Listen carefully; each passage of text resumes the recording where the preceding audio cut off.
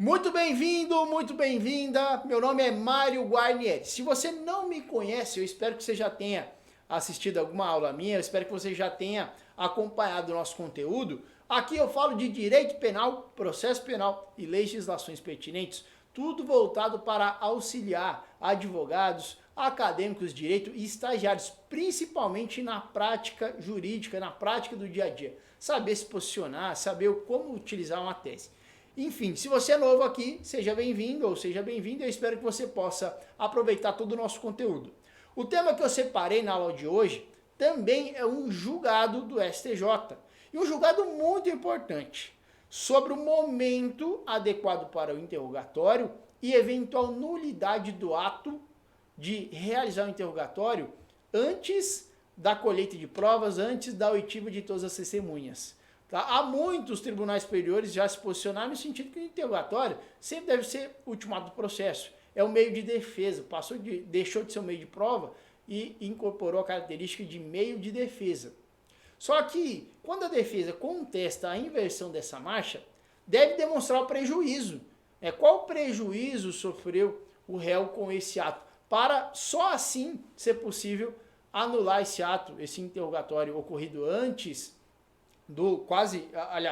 antes do final da instrução, antes até da colheita de outras provas, antes da oitiva de outras testemunhas. Se a defesa não demonstra o prejuízo, aí não há que se falar em nulidade desse ato. Só que esse julgamento desse habeas corpus no STJ mudou esse entendimento. E é justamente sobre esse ponto nós vamos dissecar esse habeas corpus e falar sobre ele, principalmente nessa alteração acerca do momento adequado para a realização do interrogatório e a necessidade de comprovar o prejuízo com a inversão dessa ordem. Nós vamos analisar esse habeas corpus, vamos dissecar ele e passar ponto a ponto. Só lembrando, nós estamos presentes também em outras redes sociais. Às vezes você perde muito tempo no Instagram. Eu acredito que sim, a grande parcela da população perde muito tempo em redes sociais. E para outros fins que não estudando.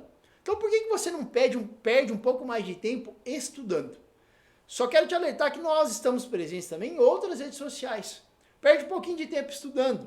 Nós estamos no Instagram, no Twitter, no Telegram, no Facebook.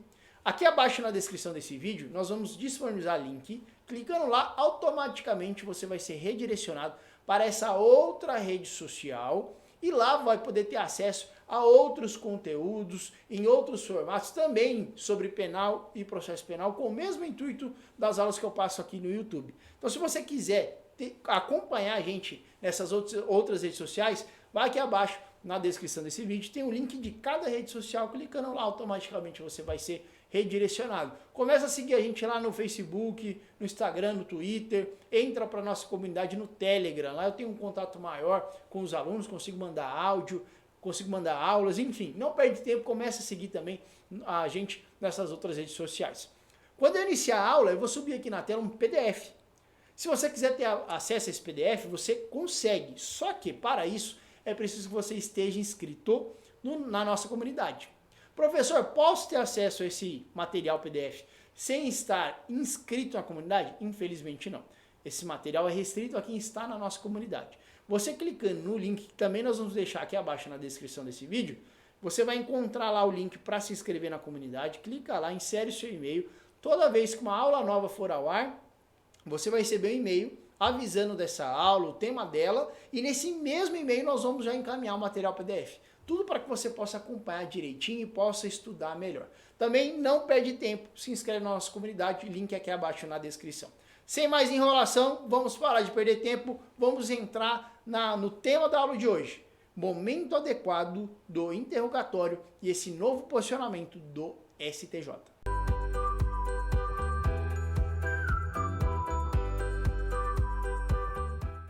Interrogatório e o momento adequado para se fazer esse ato processual à luz desse recurso especial 1.808.389, origem Estado do Amazonas, tá? De 23/11/2020, faltou um zero aqui, ó, 2020, tá? Bem recente esse julgamento, bem recente. Momento adequado do interrogatório. Vamos lá. Nós vamos analisar hoje esse RESP, esse recurso especial, à luz do momento adequado para se fazer o interrogatório. Havia, né, hoje não existe mais, mas havia uma série de divergências acerca do momento adequado para se fazer o interrogatório. O interrogatório era um meio de prova, é um meio de defesa. Há muito já entende-se que a característica, a natureza jurídica do interrogatório é de meio de defesa e não meio de prova.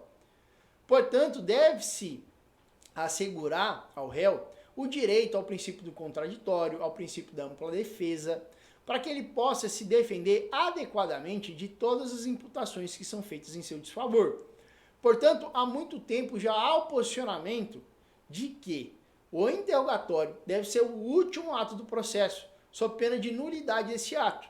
Já a defesa, então, diante dessa inversão inadequada da ordem, quando o magistrado se presta a fazer o interrogatório como o primeiro ato ou como o meio de toda a marcha processual, sem fazer o interrogatório como último ato, há um prejuízo, né? E para que a defesa conseguisse esse recurso a fim de anular o ato e para que o interrogatório seja novamente realizado, precisava demonstrar prejuízo. Se a defesa não demonstrar nesse recurso prejuízo, não haveria nulidade do ato. E a partir do julgamento desse recurso especial, o entendimento foi alterado. Essa turma decidiu dessa maneira, nesse recurso especial, e é sobre isso que nós vamos tratar na aula de hoje. Vamos fazer a leitura rapidamente aqui da nossa apostila. Momento adequado do interrogatório, tá?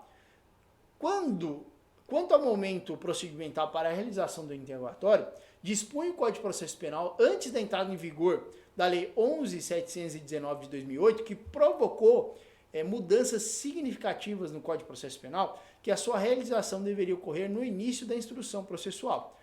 Passando aqui, contextualizando a evolução legislativa, antes da Lei 11.719 de 2008, o interrogatório ele era realizado como primeiro ato do processo. Então, primeiro interroga-se o réu para depois escolher o depoimento das demais testemunhas e analisar as demais provas. E aí entrou em vigência a Lei 11.719 de 2008. Nessa linha, previa o revogado artigo 394 CPP que o juiz, ao receber a queixa ou denúncia, deveria já de plano designar dia e hora para o interrogatório, ordenando a citação do réu e a notificação do MP, e se fosse o caso, do querelante ou do assistente. É assim que funcionava o Código de Processo Penal, é assim que havia previsão, antes da Lei 11.719 de 2008. Tá? Antes dessa lei, o juiz, ao receber a denúncia, já marcava o interrogatório na sequência do réu, e só depois ouvia as testemunhas. Após a realização do interrogatório, o acusado era intimado para apresentar sua defesa prévia, com a ulterior oitiva das testemunhas arroladas pela acusação e pela defesa. Vejam como funcionava antes da entrada em vigência dessa lei. Como ocorre atualmente? Como deve ocorrer esse procedimento atualmente? Com as modificações trazidas pela Reforma Processual Penal de 2008 e na esteira do que já previa a Lei dos Juizados Especiais Criminais, GCRIM, deixa eu apagar esse número aqui, o interrogatório passou a ser realizado ao final da instrução processual. Onde está essa previsão? Artigo 400 do CPP. Na audiência de instrução e julgamento, a ser realizada no prazo de 60 dias, proceder-se à tomada de declarações do ofendido, a inquirição das testemunhas arroladas pela acusação e pela defesa, nesta ordem, ressalvado o disposto no artigo 222 do Código, bem como os esclarecimentos dos peritos, as acariações e ao reconhecimento de pessoas e coisas, interrogando-se em seguida o acusado. Olha que importante. O artigo 400, ele trata sobre, passo a passo, como deve ser realizada a instrução. Percebam que ali ele fala, primeiro vai ser o ofendido ou vítima, testemunhas, peritos, acariações e só ao final o interrogatório.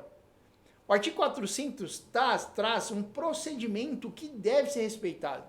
É a ordem da oitiva. Essa ordem ela deve ser respeitada sob pena de ilegalidade do ato e possível nulidade dele.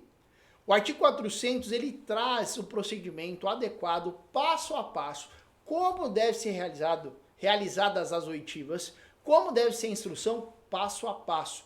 O artigo 400 não pode, em hipótese alguma, ser desrespeitado. Antes da lei, dessa lei, a 11, deixa eu só olhar aqui, eu esqueci o número, 11.719 de 2008, o juiz já recebia a denúncia, automaticamente já marcava, já interrogava o réu, e aí ficava por isso mesmo, né? E aí, visando esse princípio constitucional maior, a Constituição Federal, princípio do contraditório, princípio da ampla defesa, o interrogatório deixou de ser um meio de prova e evoluiu para um meio de defesa a partir da entrada em vigência da Lei 11.619 de 2008.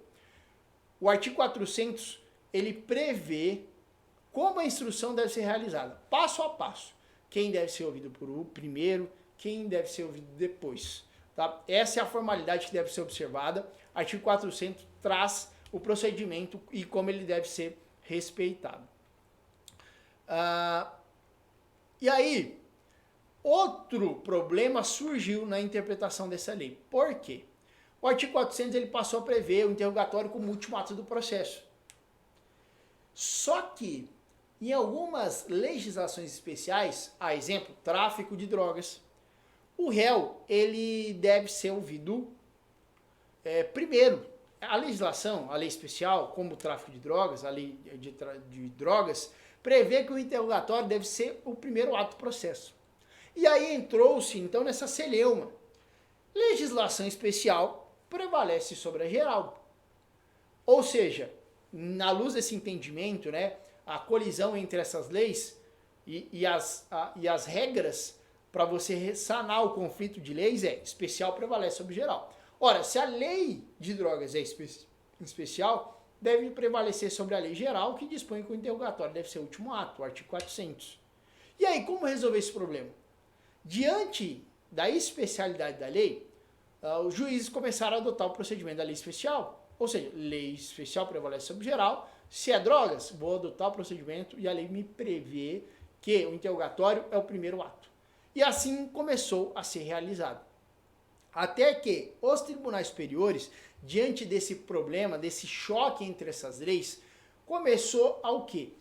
A observar essa natureza e perceber que mesmo aplicando essa regra do conflito de leis, é extremamente prejudicial ao réu. Pois, aplicando-se esse entendimento da lei especial sobre a geral e prevalecendo o que está disposto nessa lei especial, está por infringir as garantias constitucionais do réu, principalmente contraditório e ampla defesa. Tá? Poder contraditar o que é falado contra ele e ampla defesa, poder ver todas as provas para depois se defender. Diante desse cenário, os tribunais superiores, percebendo esse problema, vieram e se posicionaram. Eu vou até passar aqui para vocês.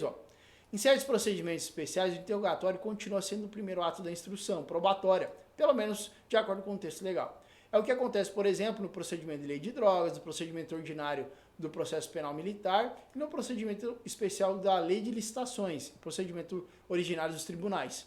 Entretanto, no julgamento do agravo regimental na ação penal 528, o plenário do Supremo, do STF, entendeu que a lei 11.719 de 2008, que alterou o momento em que é efetuado o interrogatório, transferindo-o para o final da instrução criminal, incide nos feitos de competência originária do STF, cujo mencionado ato processual ainda não tenha sido realizado.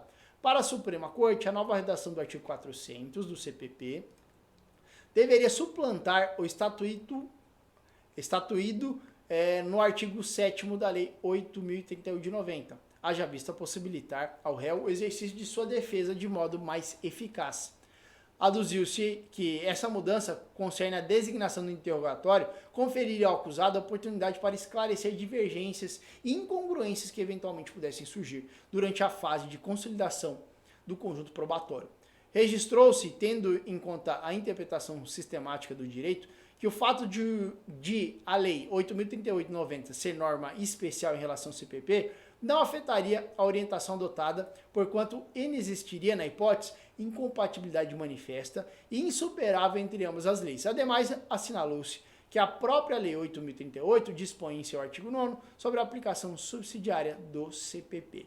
A partir desse julgamento aqui, entendeu-se que, mesmo que se esteja frente a um procedimento especial, uma lei especial, deve ser garantida ao réu que fale por último no processo, independentemente da natureza da lei. É uma lei especial, vai prevalecer sobre o CPP. Não. Entendimento pacificado pelos tribunais superiores, independentemente do procedimento, independentemente se é uma previsão em lei especial. O interrogatório do réu sempre deve ser realizado por último no processo.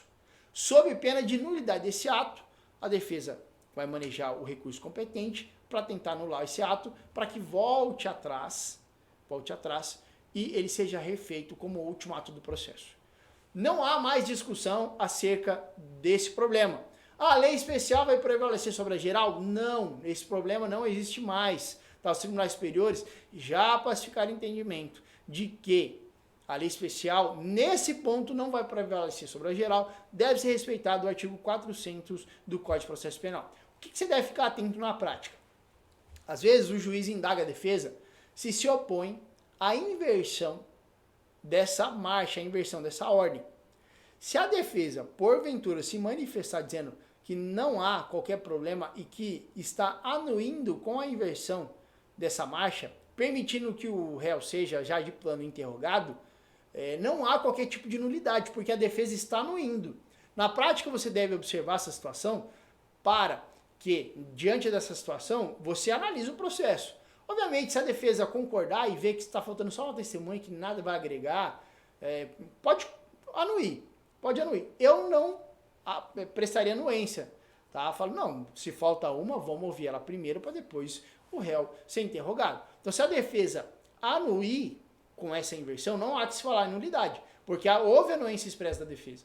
Agora, se diante desse cenário o juiz, de maneira cogente, ali, obrigatória, já inverter, mesmo não dando ouvidos aos pedidos da defesa, você deve constar em ata dizendo que não anue com a inversão dessa ordem, que o magistrado está julgando o caso, está conduzindo o processo às avessas do que prevê o artigo 400, o que causa enorme prejuízo à defesa, principalmente aos direitos constitucionais do réu, contraditório e ampla defesa. E diante desse cenário, você vai pedir para constar isso em ata e depois vai manejar o recurso competente. Muito cuidado com essa anuência. Tá? O juiz, para que esse procedimento possa ser realizado sem nenhuma nulidade, a defesa tem que anuir. Aí você pode, às vezes no interrogatório, ser indagado se houve anuência ou não. Doutor, a anuência para a gente inverter, falta só uma testemunha. Sim, se houver a anuência da defesa, não há que se falar em nulidade lá na frente. Tá? Não vai poder distribuir qualquer tipo de recurso anuindo eventual nulidade. Tá? Não vai poder manejar o recurso pedindo essa nulidade. Tá? Então, com relação aos procedimentos especiais, não há mais qualquer dúvida. O interrogatório deve ser o último ato dentro do processo. E aí nós entramos aqui, derradeiramente, no tema principal, né? o tema central da aula de hoje. O que acontece na prática quando há a inversão desse ônus, né? Aliás, a inversão da marcha processual? Quando a defesa não concorda e mesmo assim o juiz inverte essa ordem e já escuta de plano o réu, antes de ouvir outras testemunhas, antes da colheita de outras provas, a defesa pode manejar o recurso cabível. E quando a defesa vai ingressar com esse recurso, os tribunais eles têm sim admitido esse recurso para anular o ato quando a defesa demonstra justa causa. Se a defesa, justa causa não, prejuízo. Quando a defesa não demonstra o prejuízo, esse recurso não vai ser acatado e esse ato não vai ser anulado. Esse é o principal ponto de briga entre os advogados, entre os juízes.